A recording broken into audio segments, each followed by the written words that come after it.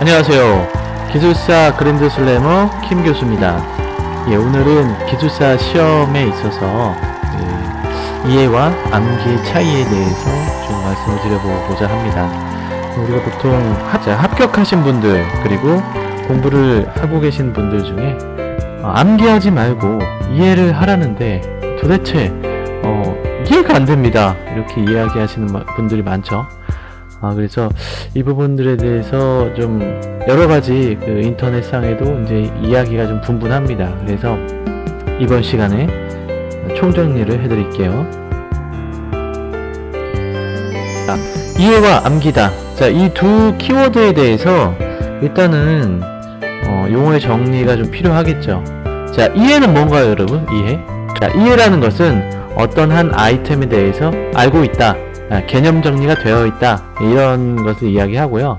암기라는 것은 이런 개념 정리에 대한 부분 중에서 그냥 어떻게 보면은 공부를 하지 않고 또는 습득할 수 없는 것을 이 암기라는 이 수단을 통해서 그것을 단기간에 내가 가지고 있다가 시험 시간에 쭉 풀어내어서 어떤 점수를 획득하는 시험을 치르는 수단을 이야기합니다. 그래서 이게 이해와 암기를 보았을 때 이렇게 동급 개념이다 라고 보시면 좀 그렇고요. 일단 기본적으로 이해라는 개념 정리가 수반이 되어야 이 암기라는 단계로 넘어가실 수가 있는 겁니다. 자, 그래서 우리가 공부할 때 이 이해가 필요한 부분이 있죠.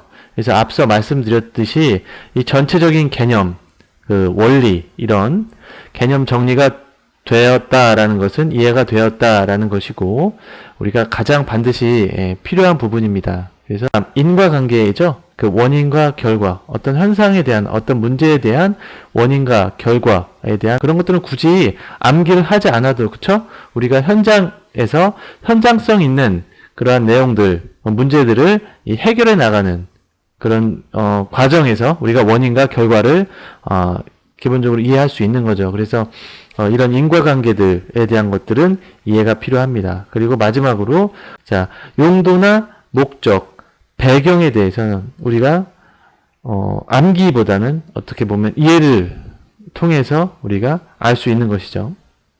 그래서 이 세 가지 사항에 대해서는 우리가 반드시 이해가 필요하다. 그래서 전체적인 우리가 안목을 갖춘다 또는 전체적인 어떤 개념 정리를 한다는 것을 우리가 이해한다 라고 보시면 되고, 그러한 부분에 이런 이해가 필요한 것입니다.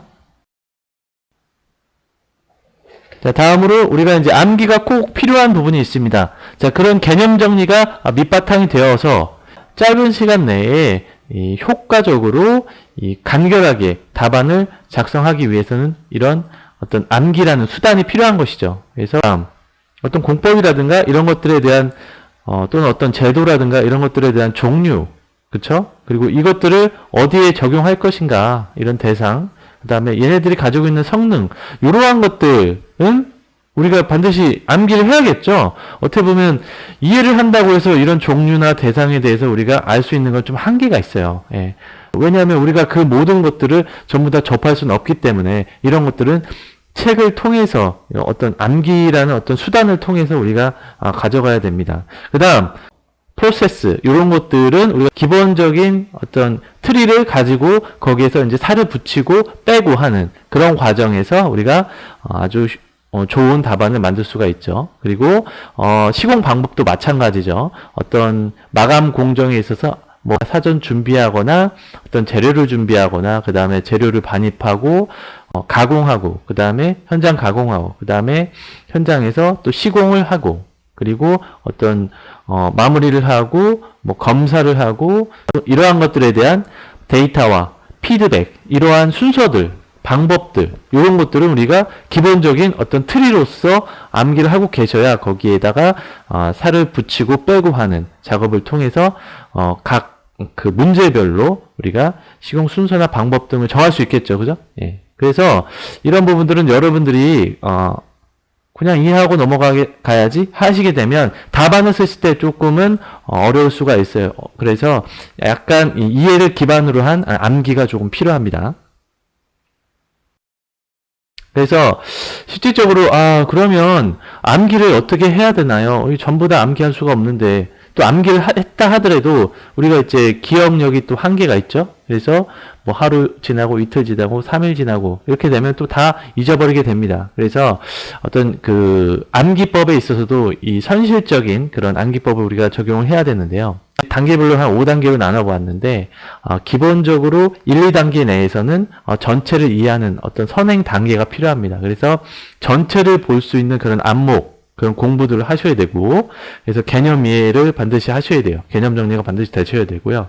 그 다음에 3단계부터는 이 효율적인 암기법을 활용하여서 전체적으로 퍼져 있는 이런 개념들을 이 집약하는 그러한 과정이 필요합니다. 그리고 4단계에서는 이렇게 전체적으로 집약해 놓은 것들을 각 회차별로 나올 만한 순서별로 중요도 순서별로 암기를 하시게 됩니다.